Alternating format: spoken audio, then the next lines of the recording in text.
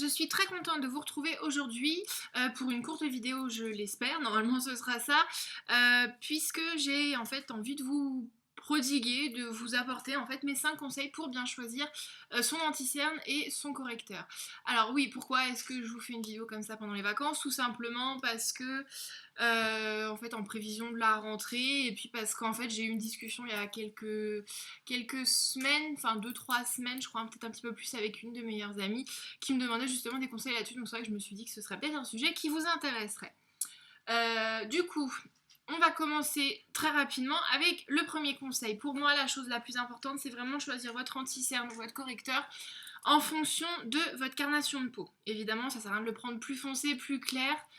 Choisissez-le vraiment selon votre peau, ce sera le meilleur moyen pour qu'il fasse vraiment son effet. Après, vous pouvez effectivement le choisir dans une teinte un peu plus légère que votre carnation de peau, ce qui fait que ça aura tout de suite un effet défatigant. Mais ça, c'est à vous de voir. Mon deuxième conseil, ce sera de en fait choisir sa texture en fonction de quand vous l'appliquez. Si vous l'appliquez avant votre fond de teint, après votre fond de teint, avant la poudre, après la poudre, enfin ça dépend comment vous l'appliquez. Si vous l'appliquez avant le fond de teint, préférez une texture plutôt crème, plutôt liquide en fait, qui fixera bien après votre fond de teint, votre poudre, ce que vous voulez. Si vous lui appliquez après, essayez peut-être plus en crayon ou en poudre de manière à ce qu'il fasse moins de paquets.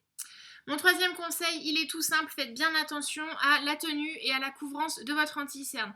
En effet, si vous vous retrouvez à la fin avec un amas de matière dans les petites ridules que vous pouvez avoir sous l'œil ou même sur les côtés ou un peu plus bas au niveau du nez, c'est que c'est pas le meilleur anti-cerne pour vous. Essayez d'en trouver un autre qui correspondra mieux à votre type de peau, si elle est mixte, normale, grasse ou plutôt sèche, ou aussi à comment vous l'appliquez ou des choses comme ça. Et pensez bien à le poudrer une fois que vous l'appliquez, c'est très important, il tiendra encore mieux.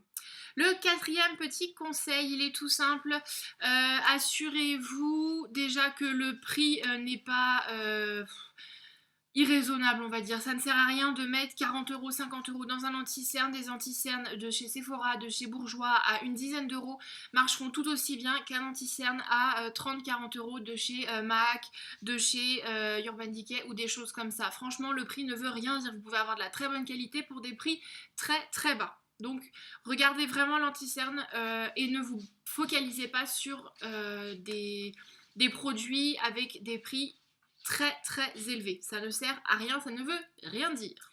Et enfin, mon cinquième conseil, qui pour moi est le plus important, suivez votre intuition. Si vous sentez que cet anti-cerne vous correspond, si vous voulez vraiment prendre celui-là, allez-y, faites-vous plaisir. Le maquillage, ça doit rester un plaisir. Alors franchement, si pour vous c'est le mieux, prenez celui-là, testez-le. Si jamais ça marche pas, changez-en.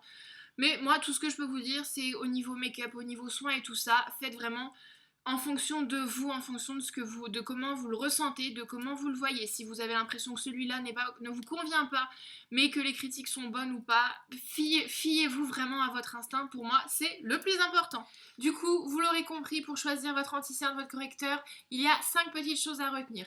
La première, faites bien attention à ce qu'il soit en accord avec votre carnation de peau. La deuxième concerne sa texture en fonction de vos habitudes make-up. La troisième, c'est la couvrance. Évidemment, il faut qu'elle soit optimale. La quatrième, c'est le prix. Ne cherchez pas à acheter un produit vraiment hors de prix, ça ne sert à rien. Des produits bas prix fonctionnent aussi très bien. Et la dernière, qui pour moi est la plus importante, suivez votre instinct. C'est le principe du make-up, c'est de prendre soin de soi comme on l'aime et vraiment de choisir ce qu'on aime.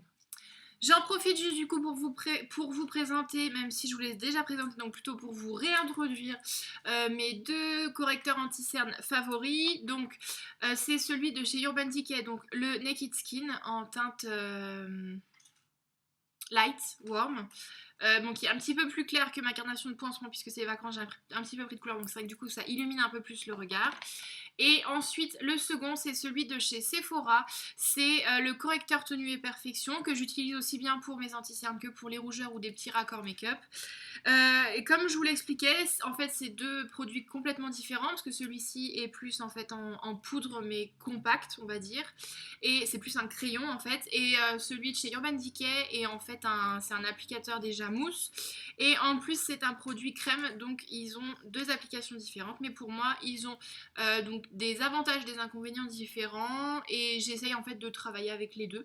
Donc souvent c'est vrai que je fais mon anti-cerne, mon anti-cerne avec celui d'Urban Decay et je fais correcteur avec celui de Sephora. Évidemment, deux prix différents, une vingtaine d'euros pour l'Urban Decay et 7 euros je crois pour celui-là. Donc comme quoi parfois deux produits peuvent se compléter. J'espère que cette vidéo vous aura plu. Si vous en voulez d'autres comme ça sur des produits en particulier ou sur toute autre chose d'ailleurs, puisque je ne fais pas que de la beauté, de la cosmétique ou des choses comme ça, n'hésitez pas à me les demander. Vous pouvez aussi me laisser vos avis, vos questions, tout ce que vous voulez dans la barre d'infos. On se retrouve très bientôt, je l'espère. Vous avez sûrement vu aussi le dernier article que je vous mettrai ici sur le blog que j'ai fait en fait sur un petit peu l'histoire du rouge à lèvres et mes 5 favoris du moment. Donc si vous ne l'avez pas lu, je vous invite à aller y jeter un œil. Je vous fais plein de bisous, gardez le sourire, gardez la pêche et passez une bonne journée. Bye.